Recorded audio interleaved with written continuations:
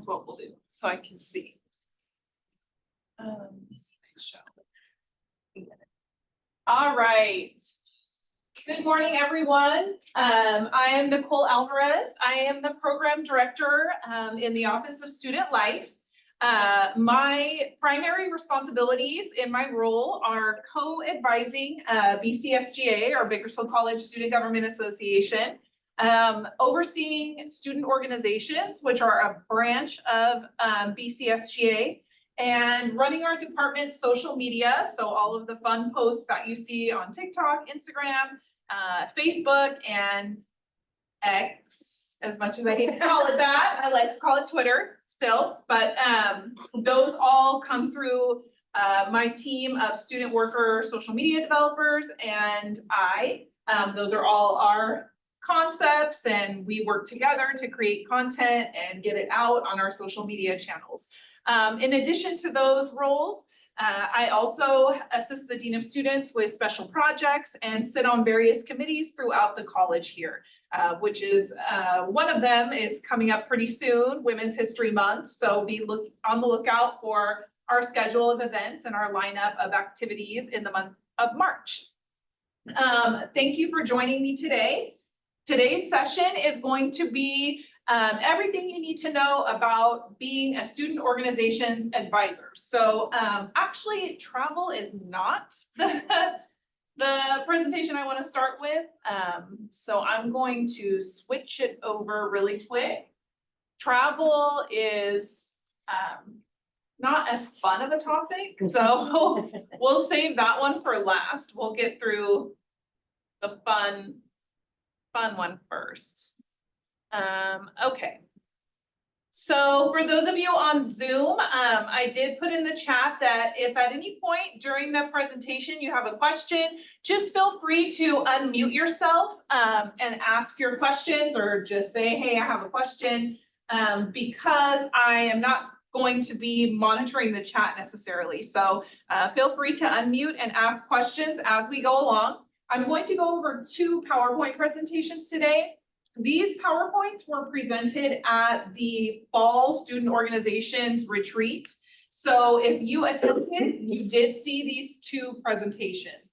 So you're welcome to stay with us if you did attend in the fall. If you want to see the presentations again, or you maybe have additional questions, more than welcome to stay with us. But I do want to make that disclaimer that these 2 presentations were, I did present them at our Fall Student Organizations Retreat.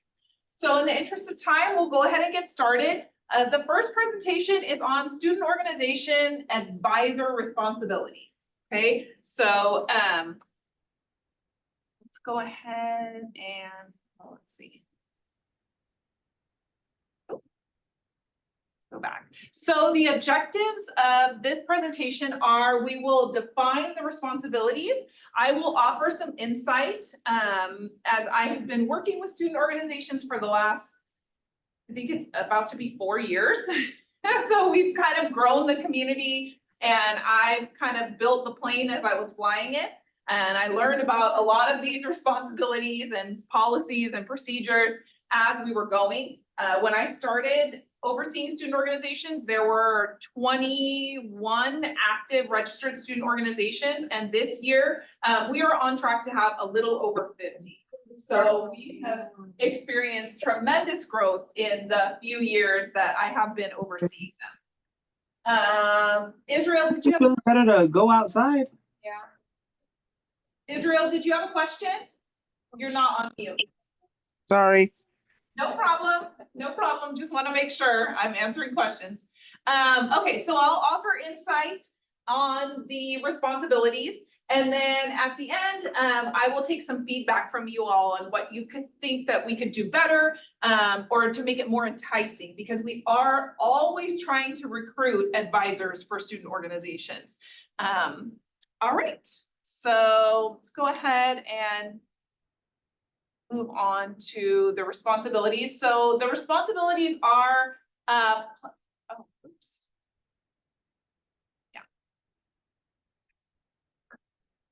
the responsibilities are plentiful.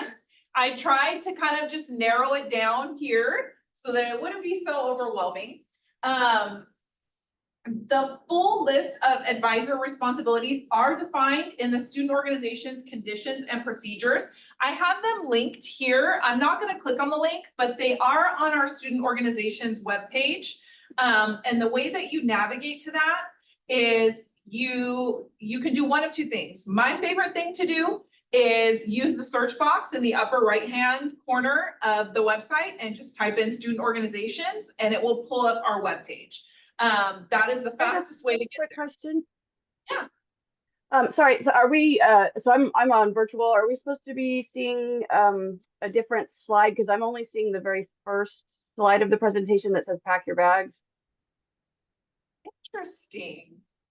Okay, let me stop share and then thank you so much for letting me know that. Share your screen That one, with the blue around it. Yep. okay. Okay, how about now? Do you see responsibility? Yes, that's great. Thank you. Okay, and let me actually, I'm gonna minimize this, so even more so if you're on Zoom and you have a question, just unmute because I can't see your thumbnail either. Okay. So let's go back. So one way to get to the student organization's website would be the search box. The other way is to navigate through the website. So it is going to be under Campus Life, I believe. And then you just scroll down. So actually I will go ahead and go there because I want to make sure I'm not speaking. There we go. And this is a direct link to the student organization's conditions and procedures. This mouse, I should have known. Now I can't see it. Okay, all right. Sorry, the mouse is not the greatest, these wireless mouse. So you'll click on Campus Life and then you will scroll down. It's being very slow. Well. And you will see student organizations right here at the bottom. You can click on that.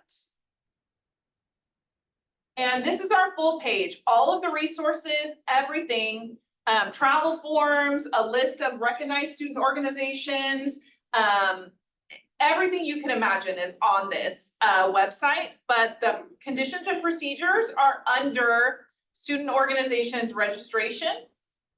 This tells you how to start a student organization, but if you click on this link here, it takes you straight to the conditions and procedures, and there is a section on advisor responsibilities. It is small. I am working on developing a more thorough handbook, so you can be on the lookout for that. But as of now, the responsibilities are defined in the student organization's conditions and procedures. The reality, the most important things that you need to do as a student organization's advisor, be present for all club activities. So that includes meetings, on-campus gatherings, field trips, travel. If the students are doing a fundraiser here on campus, you should be on campus and be available to advise them, or even if your schedule permits, it would be great for you to be out there with them at the table. So a lot of, in this last semester, we had student organizations requesting meeting space to hold their team or their student organizations meetings, whether it was monthly meetings, weekly meetings, bi-weekly meetings, whichever. They request them for the entire semester at the beginning of the semester. So they would use the events webpage and request their meeting space, which is generally a room like this, right? So the students would come on campus and call college safety to unlock the room, and then they have full access to this room. And if the advisor is not showing up, anything can happen to our technology, right?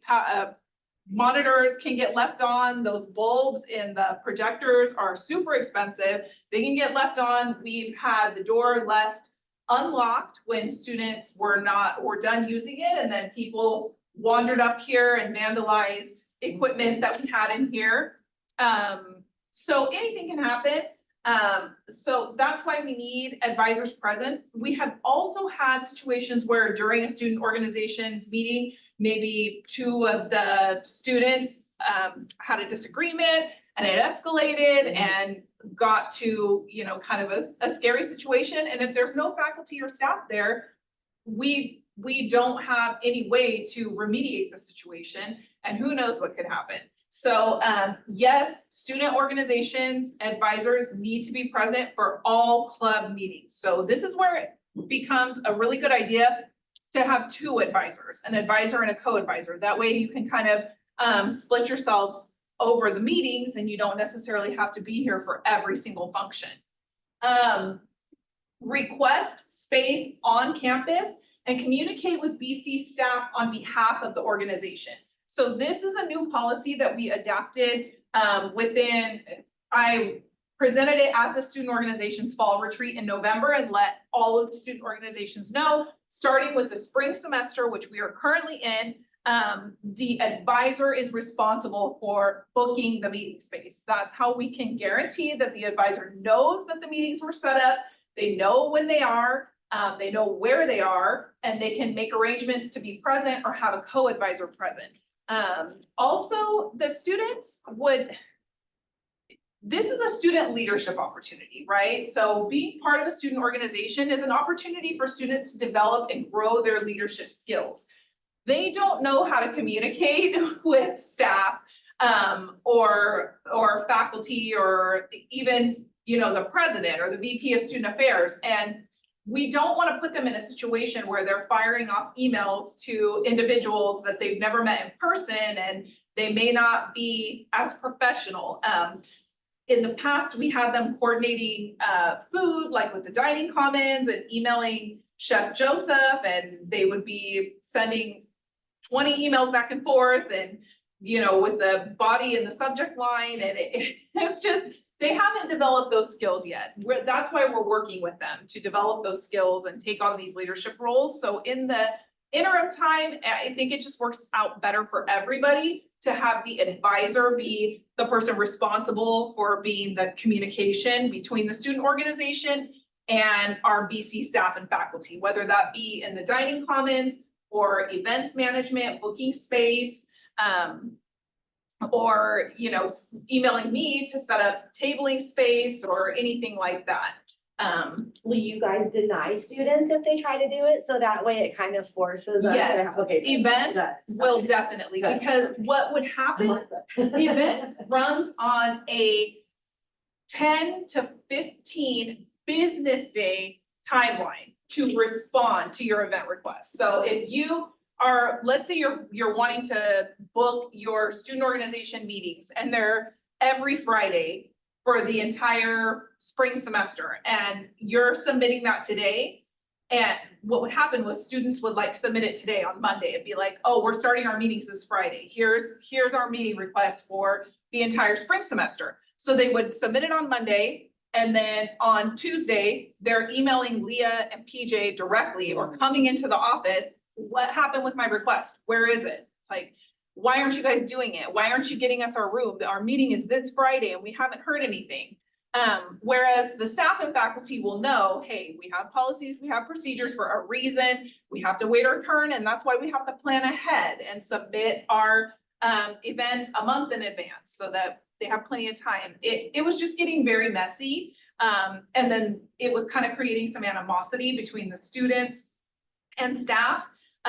So we just decided to kind of let the advisors take on more of that leadership development role and be the person that communicates between the student organization and the staff or faculty. So I know events for sure will say this request is denied, it didn't come from the advisor. With me, it's a little different because I am the advisor for student organizations. So if students want to email me directly, I will not tell them no. Yeah. No, I mean, they're more than welcome to, and I host office hours twice a week on Mondays and Wednesdays. And that's for the students or the advisors, anybody, to drop in and ask questions on Zoom. Nobody ever attends them, but they love to complain that I'm not available. But they never attend the Zoom office hours, but I do, I'm kind of the exception to the rule. It is my job to have direct communication with the students. But I will always loop the advisor in if I get an email about club business and the advisor's not copied on it, I will always loop the advisor in. Okay, so that's kind of new for this semester and moving forward. We want the advisor to communicate with BC staff and faculty on behalf of the student organization. Also, another responsibility is to advise and guide the students through budget management, student organizations funding grant applications, travel processes, and more. You are working to develop them as leaders, and most of them have not ever had a job in an office, or they've never been in a situation where they need to gather paperwork or create a budget or gather documents. So as an advisor, that is the responsibility to help them, not do it for them, but to be there guiding them and answering their questions. Also, be the first line of intervention. So that kind of falls in line with being the communication between the student organization and BC staff or faculty. So if there is an issue, I want the students in the organization going to their advisor first. I've had it happen over the years where maybe a student wasn't happy with something that was happening within the student organization, and then they're just coming straight to me. And when I refer them back to their advisor, they're like, well, I don't really want to talk to them about it. But it's, you know, that's your advisor for your student organization. So my expectation is that the advisors will be the first line of intervention and communication with routine processes with the student organization. Also, mediate differences of opinions between club members. It's gonna happen. Anytime we have a lot of students working on, you know, one common goal, there are gonna be differences of opinion. There are gonna be different personalities. We see that in student government all the time. So Leo and I, you know, we work really hard to bridge gaps and kind of improve communication, and we really are kind of the mediators in student government to make sure that everybody's working together and everyone is functioning in harmony. So that is the role of a student organization advisor as well. And lastly, help grow the student organization and work to succession plan.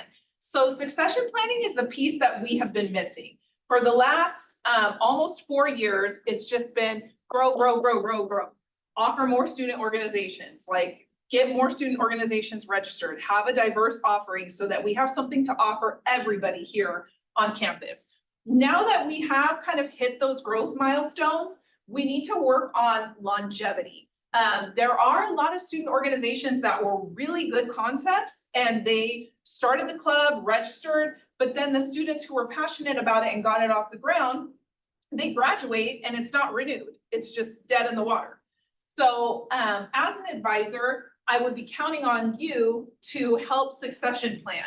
Anytime you have members joining the student organization or coming to meetings, be part of it, think about, okay, maybe this, who can the torch be passed to so that we can continue to renew this student organization, grow membership, and keep it functioning and thriving for years to come. That's kind of how we look at student government.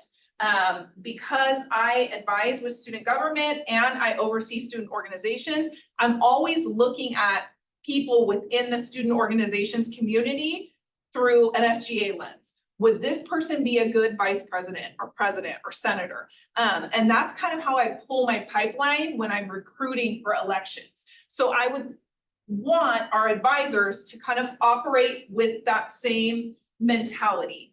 Be thinking about who your next student organization president, vice president, secretary, treasurer, who your executive board can be so that you can keep the student organization functioning for years to come. So that was a lot of information. My folks on Zoom, do any of you have any questions so far? No? Okay, how about here? Oh, yes? No, sorry, I was just saying not so far. Thank you.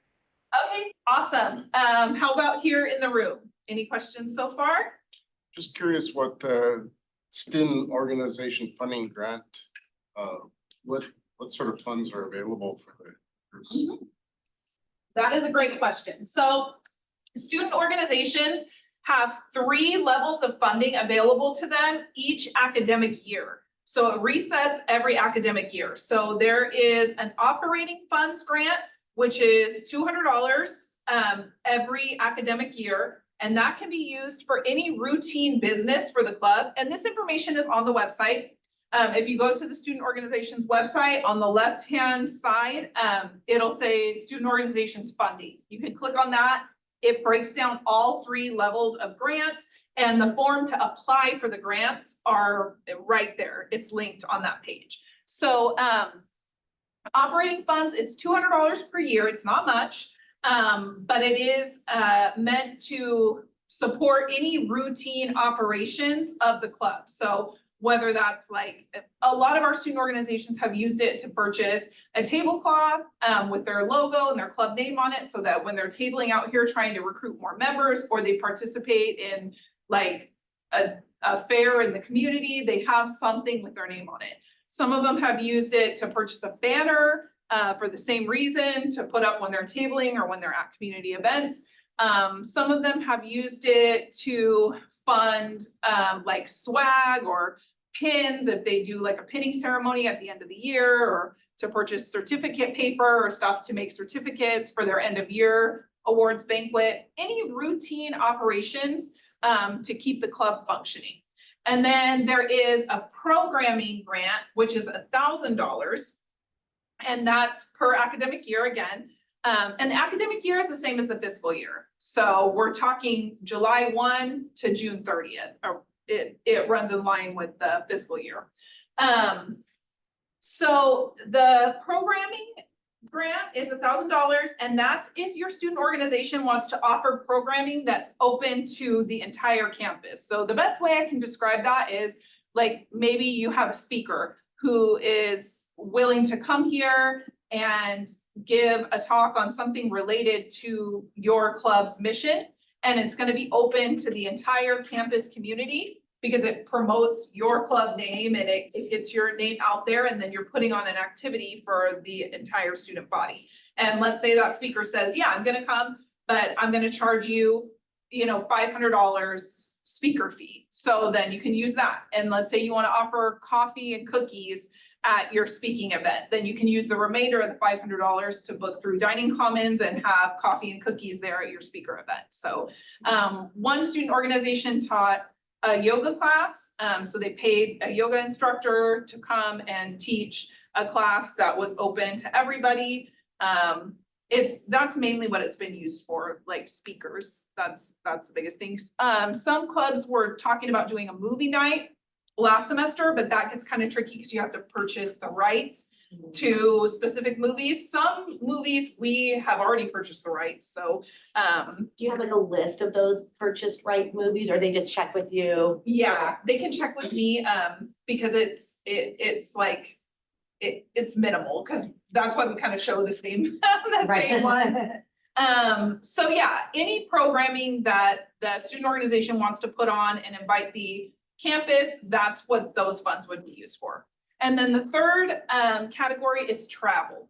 So travel, there is $1,000 per academic year, so it's not much. This is where we always get kind of dicey, because it costs a lot more than $1,000 for a student organization to travel to a conference or something like that. So the funds are not meant to support the entire travel. They're meant to help ease some of the cost, whether the student organization is fundraising to get the remainder of the funds, or maybe if they're attached to a department, like some of the STEM related clubs like engineering or the Hopes Club, they fall under STEM. So they've worked with Connie because she has a lot of grant funds to cover the balance of their travel. So yeah, the $1,000, but we always offer $1,000.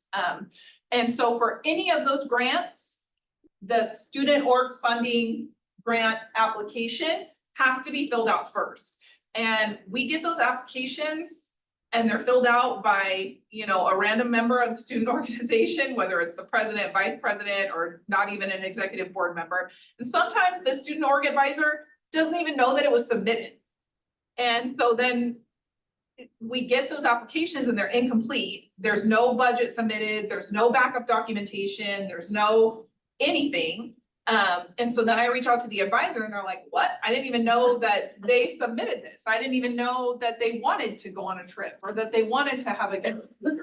So that's why I put that in there. It's really important for the advisor to be in tune with the club, and the club to know, hey, I can't submit these forms without my advisor knowing about it and, you know, guiding us through the application and making sure that we have every box checked. And if we have questions, then we'll all join Zoom office hours together. Or we'll email the BCSGA Student Orgs Funding Manager and we'll get all of our questions answered so that we can submit a completed application. I have a question. Yeah. I'm kind of, I'm in the process of building a respiratory therapy program. And so like when I was a director at other colleges, I had a respiratory therapy club. And one of the trips I like to do with my students is we go to the bodies exhibit at the Luxor in Las Vegas. So previously I've had some issues with the colleges saying, oh, we can't go out of state. Just want to know what our kind of thoughts are on for here at BC. And my next presentation is on travel completely. So I will cover that in the next presentation. But out-of-state travel can be done. It does require board approval. So it requires a great deal of pre-planning. And do not worry, my next presentation is on travel. And I think we are running right on schedule. So I'll be able to cover that in the next one. Okay, thank you. Yeah. All right, so the insight that I can offer on being an advisor, student organizations should be student driven.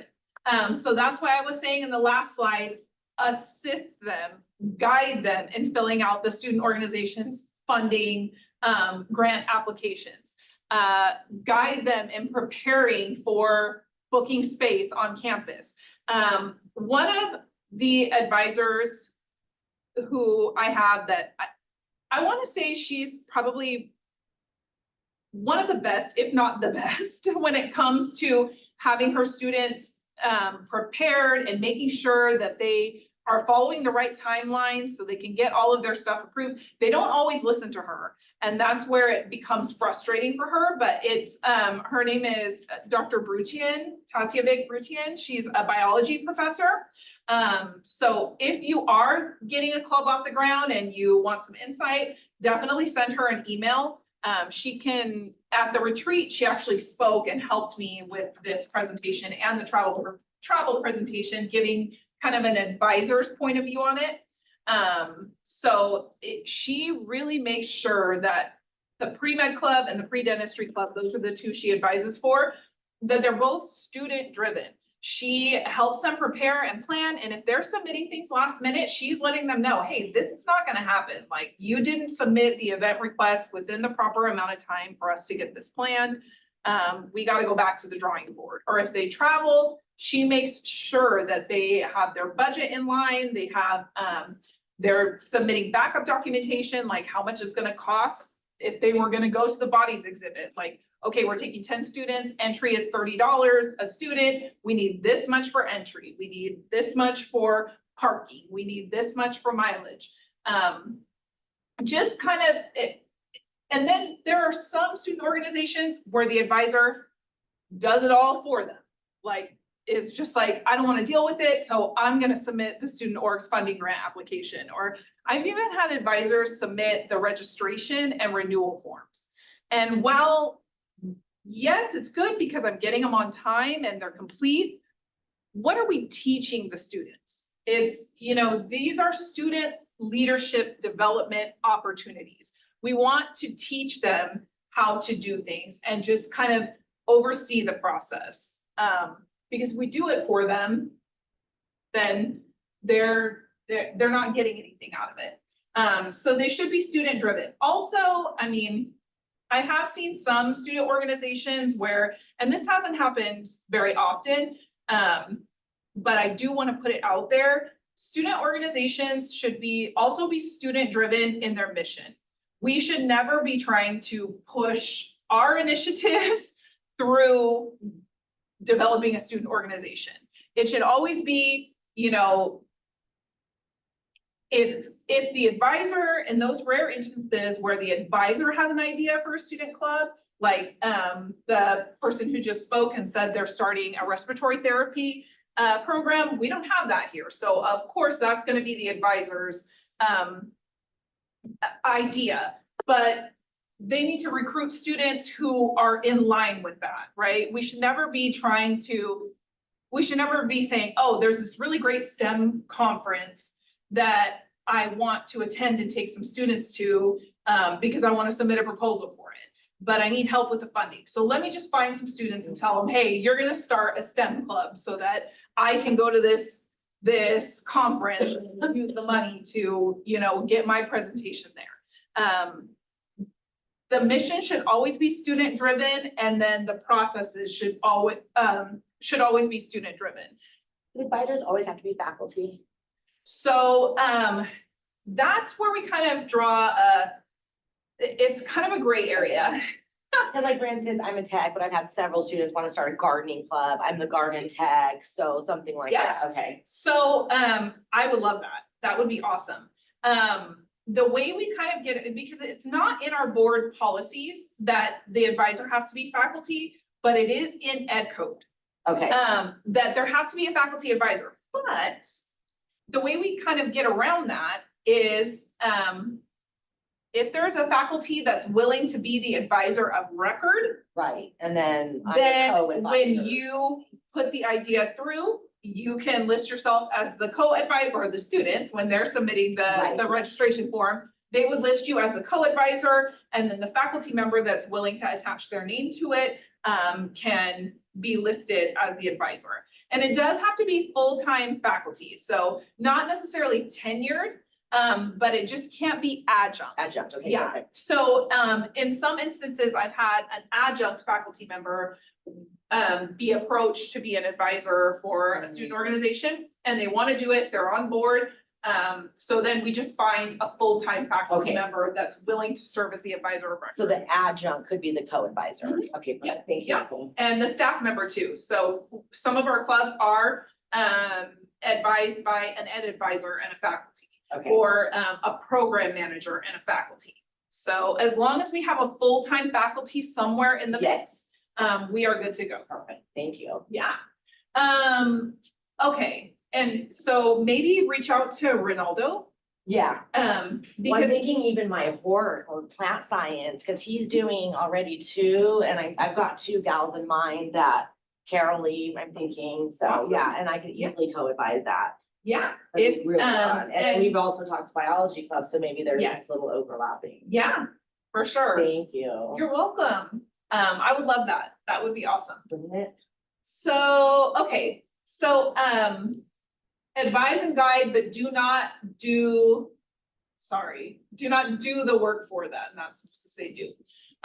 The advisor handles the paperwork, event requests, and higher level business. So with travel, as you'll see in my next presentation, there is a ton of paperwork. And I have seen it where the advisor is like telling the students, oh, you gotta go meet with Nicole Alvarez and you guys can fill out all the paperwork. Like, our students do not do travel paperwork. I'm sorry, like there's not a time that they do travel. I've had students trying to send me ICAs for vendors. No, Why does that that- sound like us? that is the advisor's responsibility with my assistants. You're not on your own. I don't expect you to know how to do travel paperwork. I can work with your DA3 or your executive secretary, but I do need you involved in the process as an advisor. And then event requests, booking space on campus, the advisor would be the person to submit those requests. If you need to work with Chef Joseph or Fidel, you would be the one emailing them and talking to them about catering for events, okay? Look for student leaders within. Again, this goes back to the succession planning and kind of always looking at your group through that lens of how can we succession plan and continue to have these student organizations have longevity. Encourage them to succession plan. So those kind of go hand in hand. Don't do it for them. Let them know, hey, this whole academic year, I want you to be thinking about who can take your place and who can you mentor and who can you work with. Make sure they are connected to our student organizations community. So right now we're sitting at about 50 registered active student organizations. So in theory, we should have at least 50 students at our ICC meetings, the first and third Friday of every month at 11 a.m. in the student government boardroom, right below us. 11 a.m. 11 a.m., yes. And there is a Zoom link. Everybody is added to the student organizations listserv. The Tuesday before the meeting, I send a meeting request with the Zoom information and the meeting agenda and telling them if they want to attend, if they want to and are able to attend in person, that is preferred. But if they can't be here in person, please join on Zoom. So between in-person and Zoom attendance, we should have theoretically at least 50 attendees. Typically, those meetings have about 20, on a good day, okay? We are getting better. When I first started, nobody attended them. It was the student organizations funding manager, the director of student organizations, and myself just sitting there. We couldn't even have a meeting because there was nobody to even talk to. So it has gotten better, but it's nowhere near where it needs to be. And as the advisor of a student organization, it is your responsibility to make sure your ICC rep is attending those meetings. And if they're not able to, that you're sending someone else in their place, because the ICC meetings are where we communicate all of the information, all of the funding opportunities, deadlines for paperwork. If you apply for student orgs funding grants, a representative from the club has to come to ICC and present that grant request, and then the ICC members who are in attendance vote on whether to approve it or not. We talk about new policies, new procedures. That is the lifeline for student organizations. I can't tell you how many times I've seen it that we get a student organization, they register, they go through the process, and then we never hear from them again. Or we hear from them one time because they're requesting funding to travel or to do something fun. And they show up to the ICC meeting, it gets voted on, they get their funding approved, and then we never see them again. We are starting to look at implementing an engagement agreement. It has to go through BCSGA's Senate, and they have to approve it. They will approve it, I know they will. And so once it is approved, they are going to be required to attend a certain amount of ICC meetings to be eligible to pull student organizations funding. So that is coming down the pipe, but in the meantime, we just really need the advisors to encourage attendance and then have that ICC rep or whoever's attending in their place come back and give a report to the student organization about what was talked about. So look for professional development activities for the group as a whole. What conferences can you attend? What free webinars can the club attend? You as the advisor can kind of be on the lookout for webinars, events, tabling opportunities, anything to kind of get your club's name out there and get the BC name out there. And lastly, we want our student organizations to host one campus event per year and to volunteer at one community event per year to start. So now that we've kind of built up our community, I'm starting to try to succession plan and put in these activities. Because ideally, once we're kind of going along as a well-oiled machine, we'll be out volunteering at community events all the time. And student organizations will be hosting things on campus all the time. So as an advisor, I would rely on you to talk with your student organization and get them organized and kind of hold them to that. Hey, our club needs to host one on-campus event per year. We have this $1,000 that we can use for programming. And let's volunteer at one event per year, whether it's going to Cap K and helping pack up food boxes, or doing Read Across America and reading to students and classrooms. Just something to kind of get out into the community, promote your club and promote BC. Okay.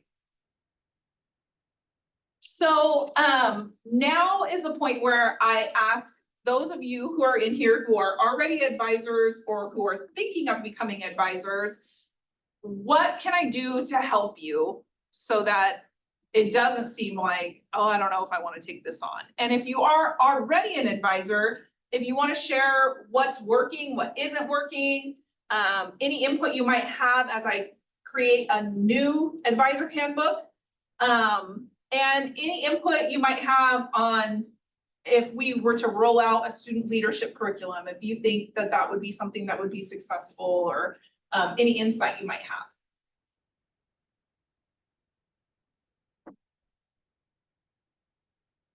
Like, I'm an unofficial co-advisor for some of the ag stuff. And this was a very helpful, and I think some of the things you guys are talking about implementing will be really helpful. I know that some of the woes I've heard from the students about like, oh, we couldn't get the space, but I think there was just a lack of understanding those timelines and things like that. So this helps me as a unofficial co-advisor to keep my advisor moving along, as well as if we start this new club and I'm able to, co-advise with that. But no, this is really informative, because I just always hear bits and pieces as it comes down the pipeline. So this was really, really helpful. And this helps me to know that I need to make sure that these students are going to this first and third meeting of the month. And now that's first and third, correct? Yes, Or- the first and third Friday of every month Yeah. at 11 a.m. Perfect. And the only time we switch it is in the summertime, because the campus is not open on Fridays. We do it Thursdays at 4 p.m. Yep, and it's available on Zoom and on and in person. So in person is the preferred. But if they are not able to get here, because I realize most students don't have classes on Fridays, that's why we do it on Friday. But if it's not feasible for them to get transportation and actually be here in person, we ask at the very least that they join by Zoom. Yeah. All right, so are we ready to talk about travel? I think you might have had a comment.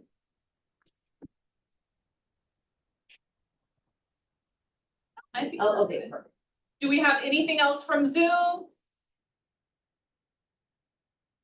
Okay, so let's go ahead and talk about travel. And this is something that we could kind of talk all day about. So this presentation is not the end all be all. If you are involved with a student organization and you all are going to be traveling, know that I'm always available. That's why I have my office hours. That's why we have ICC. There are tons of resources, so I don't expect you to listen to the presentation and then say, okay, I'm good to go. I'm always here to support you, so. Yep. All right.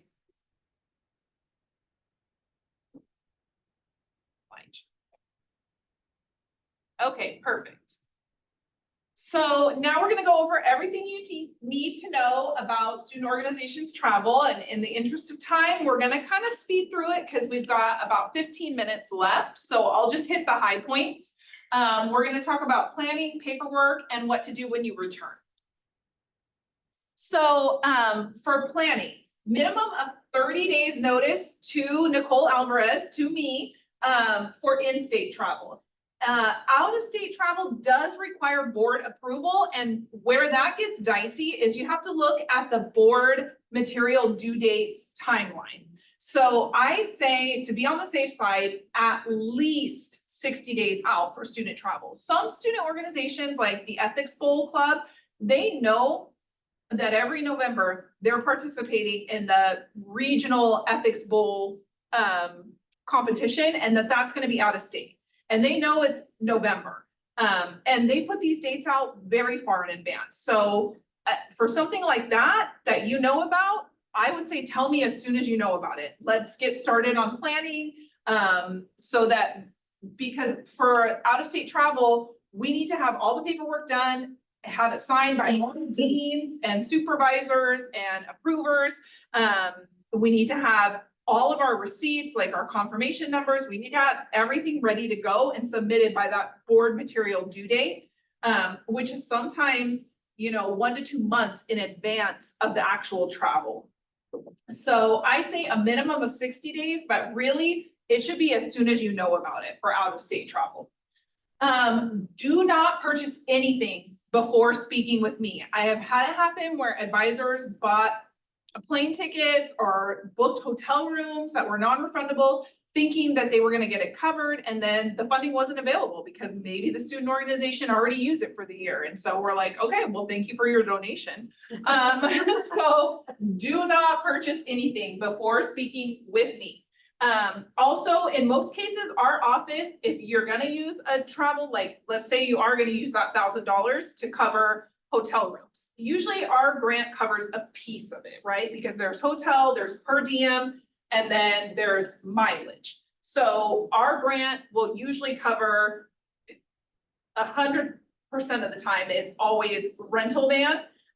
Because ideally, we want everybody to drive together, and we have a contract with Enterprise, we get really, really cheap van rentals. So that is cheaper than reimbursing mileage. So we want the student organizations to rent a van that the advisor drives and everybody travels together. So usually our grant will cover like the rental van, fuel, and maybe hotels or maybe per diem, depending on the length of the trip. So you just kind of have to pick and choose. But if we are covering it, we book the rental van and the payment goes directly to Enterprise from our office. If we're covering your hotels, I have a Cal card. I put those on my Cal card. So the instructor or the advisor doesn't really have to come out of pocket. And there have been a lot of times that instructors have just, oh, well, we're going out of town and I already got the hotel rooms. I'm like, okay, well, you put that on your credit card and I don't know when you're gonna get reimbursed, so you may end up having to pay interest for it. Moral of the story, do not ever purchase anything for travel without speaking to me first. Provide as many details as you can in that first communication. So let's say I'm a student organizations advisor. I know that there's a conference in Los Angeles in March, and I want to take my students there. So I'm gonna email Nicole and I'm gonna say, hey, I'm taking 6 students with me to Los Angeles. We're leaving on this day, we're coming back on this day. We would need X amount of nights in a hotel room. I'm looking to get the hotel and per diem covered. Here's a link to the conference. As much details as you can provide, because with per diem, if there are meals provided by the conference, then we don't count those. So I can look at that and say, okay, this is how, and if you have 6 students going, I can already start kind of doing that math and saying, okay, we need to provide 3 meals for 6 students. So that's gonna cost this much. They wanna pick up the rental van on this day and return it on this day. So that's gonna cost this much. They wanna stay in the hotel for this amount of nights. And then I can kind of start trying to figure out what we can cover with our grant and what you're gonna need to find funding for. So the more information you can provide me in that initial email, the quicker this process will go. Request soft grant travel funds if applicable. So if the funding's available, if you haven't already used it for this year, and you want to use it, then it would be applicable. If you've already used your funding, some student organizations think, well, we already blew through our travel funds for this year, so I don't need to inform the Office of Student Life. No, you do. Or even if it's a zero cost travel, we've had students go to like Wind Wolves Preserve to hike and camp overnight. I still need paperwork, even though that's not gonna cost anybody anything. We have had student organizations go hiking in Yellowstone, and they just paid for everything on their own. So they're like, well, it's zero cost. Nope, if you're going on behalf of the student organization, I still need the paperwork filled out and signed. We'll put zero cost on it, but I need those waivers signed and I need, where our liability comes into play, right? yeah. So yeah, But if you are gonna request the soft grant travel funds, request them once you have made initial contact with me. Because like I said, in the past, what's been happening is we've just been getting a soft grant application with no details, no nothing, and I'm like, then I have to do the detective work. I have to find the time and be able to get in contact with the faculty advisor. Everybody's busy, you know, sometimes emails don't get answered. It just kind of creates a mess and it takes more time than it should. So don't request the student orgs funding travel grant until you have made initial contact with me and we've talked about it. Attend the interclub council meeting to request the soft grant funds, if applicable. You're using the funds, someone needs to plan to be there when we tell them they have been added to the agenda. And work with me to turn in a complete packet so that I can review and advise on revisions. We need to have plenty of time for that. In the past, I was just doing the paperwork for the student organizations, but that was when I had 20 of them and maybe 1 or 2 of them were traveling a year. Now everybody wants to travel and everybody wants to go everywhere. So there is no way that I can do the paperwork for every single student organization. So now, starting with this spring semester, the advisors are responsible for going on the student organization's website, downloading the forms and taking the first attempt at filling them out after they've spoken with me. Then they can send them to me. Forms are supposed to be typed. They cannot be handwritten. It's happened many times that an advisor has stopped by the office and dropped off a handwritten packet. We need them typed so that if we need to make revisions, I can just go in there and do it for you. I don't have to bother you. Yeah, so work with Nicole to turn in a complete packet and then I can review and advise on revisions. All right, also advanced per diem. So let me make sure I didn't skip anything. Okay, perfect. So if you are going to be requesting per diem, it has happened over the last few years that I'm not getting the paperwork in time to request advanced per diem. Whether that is because I wasn't able to coordinate with the advisor or because the advisor didn't submit it to me, either way, we have not been hitting that 30-day target. So on all of the trips that we've done, the advisor has had to use their credit card, cover all of the food for the students on the trip, and then submit receipts to me when they return. And we request a check from business services and they get that check. It can take up to 30 days to get that check. So that is not ideal. That's not how we want to do things. It's much cleaner if we have all the paperwork turned in ahead of time and then we can request advanced per diem check for the advisor prior to the travel. And then the advisor goes and cashes that check. So let's say it's you have 3 students traveling and the advanced per diem is like $300. Each student is going to get $100. So what would happen is we would request the advanced per diem a month in advance. The advisor would get a check for $300. The advisor goes to the bank, cashes the check, and on the first day of the trip, they give each student their $100. This is your money for the trip. This is your food to last you for the entire trip. So budget it right. It's completely on you. And then the student signs for the check and they go on their merry way.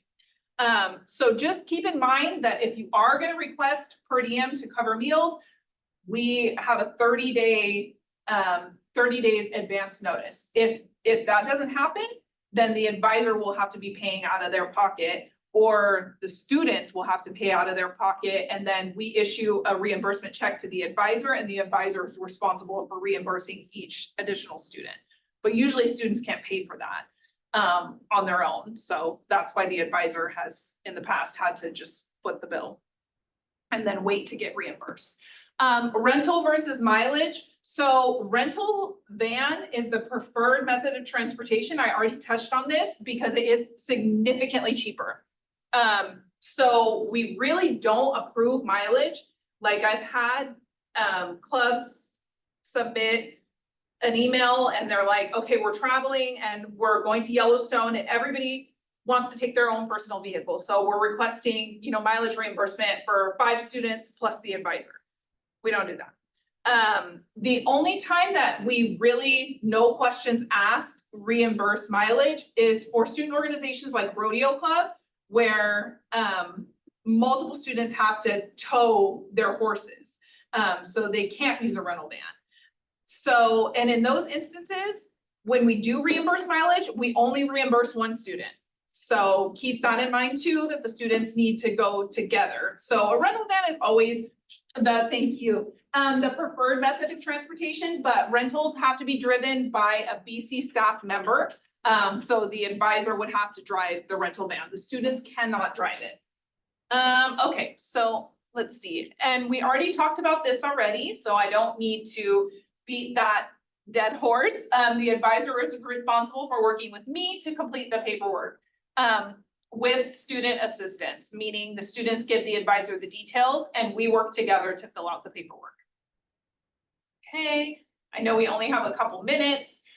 So this goes into each individual form. The forms can be found on the website. Just the biggest thing is that all forms need to be typed. We cannot do handwritten forms because if I need to make revisions, if it's typed, it's much easier for me to just do that and not have to bother you. We need details. So we need the date that you're leaving, the time that you're leaving, and the exact location. Don't put, okay, we're going to the business conference. No, we're going to the Hyatt Hotel in Los Angeles at 524 Grand Avenue, and then the purpose is the business conference. Let's see here. And when you do travel and we talk, I will advise you of all of this, but as much documentation as you can provide. Like if you've already looked into hotel rooms and you can print a screenshot of how much they would cost per night, you can give that to me. Any details that you can, conference registrations, how much those are gonna cost, you can provide that to me along with the student travel authorization. There's also the request for student trip. Again, that one must be typed. And I will work with Dan Hall to get these presentations out to everybody who attended so that you have it in front of you. You don't have to take detailed notes now. And then there's also Form A. Again, that one must be typed. This is where you're going to indicate who is a driver. So if you indicate that all your students are drivers, you would need to provide an auto agreement, a copy of their driver's license, and proof of insurance with the student listed as one of the drivers on the policy. A lot of times students will give us an insurance policy and it just has their parents' names on it. Then we can't approve them as a driver. So just keep that in mind. And then there are student travel terms and conditions. This is basically a conduct agreement. So it must be signed by every student. Things that are in there are like no alcohol can be consumed on the trip. Sometimes students get confused because if they're over the age of 21, they're like, okay, yeah, I can drink. No, you are on official school business. There's not any alcohol consumption or anything like that allowed on these trips. And last but not least, on the student travel terms and conditions and conduct, the advisors are responsible for enforcing this and for setting the ground rules. So I know we had one person say that they were wanting to take students to Las Vegas. Well, one of our clubs competes, or actually two have gone to competitions in Las Vegas. And that gets kind of dicey, right? Because there's alcohol, there's gambling, there's all this stuff everywhere. And so that's where the advisor sets the boundaries for the trip and the housekeeping rules at the very beginning. When I take students on a trip, it doesn't matter where we're going. I let them know you have to be in your rooms by this time. I start a group text thread. I want everybody to text me. If we're not together, I want everybody to text me as soon as they're in their room, but we're always together. If it's already been like return to room time, we say everybody's gonna be in their rooms at 9 o'clock, let's say. If a student wants to maybe go down to the lobby and use the lobby Wi-Fi and study for a class or whatever, then they text me and let me know, hey, I'm going down to the lobby. I'll text you when I'm back to my room. Just because we've had it happen where students maybe got together in each other's hotel rooms and then someone's accusing somebody of something and the advisor's like, well, they're adults. I didn't think I had to put these rules in place, but at the end of the day, the advisor is responsible for the students when they're on this trip, and they're responsible for upholding those student travel terms and conditions that the students sign. So just know that you are responsible for them, and you are responsible for setting the ground rules and enforcing those terms and conditions parameters. Okay, let me check the chat. I'm assuming that everything mentioned applies to a geology field trip as well. Yes, so if geology is taking a field trip, I would need you to email me so we can get the information and kind of get that going. And this is in town too. So if you're going to something in town and it's just a day thing, technically, if you're traveling on behalf of the student organization, we need to complete this paperwork. Okay. So Form B, that is the parental consent. So it only needs to be signed by students who are under the age of 18, with the caveat that for out-of-state travel, it has to be signed by everyone. And things to remember, so we are already 2 minutes over, so I am gonna fly through this. Out-of-state travel requires board approval. Check board material due dates on current CCD board website. Travel is always going to require your dean or supervisor approval. So make sure you have a conversation with your dean or your supervisor before paperwork is started to get verbal approval. Deans are not very happy when they get the paperwork routed in Adobe Sign and they've heard nothing about it ahead of that. So just make sure that you're keeping everybody informed. Auto agreements, so staff and faculty must have an updated auto agreement and proof of insurance on file for each fiscal year. So your DA3 or executive secretary for your area is probably reaching out to you every July and collecting those documents. They upload them to a central database that I check to make sure that the advisor is okay to drive rental vehicles or drive their own vehicle. If I don't find it on that website, then you would need to provide it to me and I would get it uploaded there. Okay.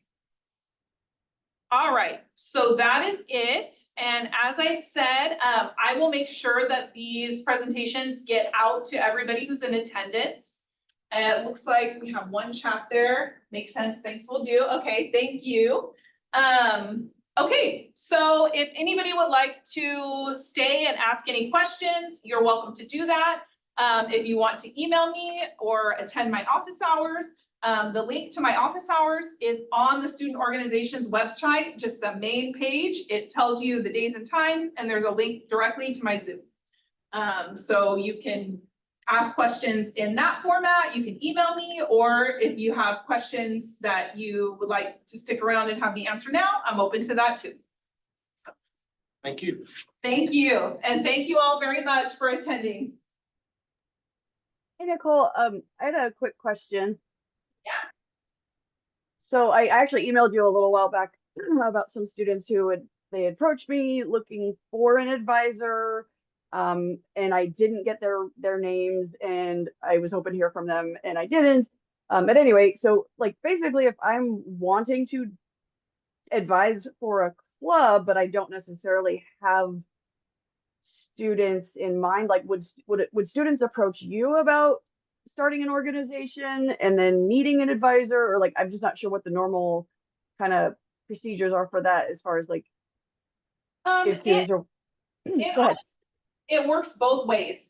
I've had students approach me and say, hey, or a single student approach me and say, hey, I have this idea for this club. And then from my network of faculty, I can kind of give them recommendations on like, hey, you should talk to this person or you should talk to that person. I've also had faculty and staff reach out to me and say, hey, I'm looking at renewing this club, or I have an idea to start this club. And then I can kind of put the word out to ICC, or sometimes students just email me and say, hey, keep this in your mind. I want to start a gardening club. So then when I have someone in a meeting with me and they're like, oh, I'd love to start a gardening club. Oh, you know what? so-and-so emailed me, here's their contact information I'm gonna connect you to. So it kind of works either way, really. Okay, great. If I want to kind of be like just put on your radar at least for potentially being a club advisor, should one should one arise, should I just email you directly or? Yeah, that would be great. Just send me an email and let me know that you are open to being an advisor and these are the interests that you have. Okay, great. Thank you. All right, thank you. Okay, so if we're good, I'll go ahead and close out the Zoom. Thank you all for attending and I will work on getting the PowerPoints out to everybody. I'll work through academic or professional development through Dan and Renee. All right, thank you. Have a great rest of your day.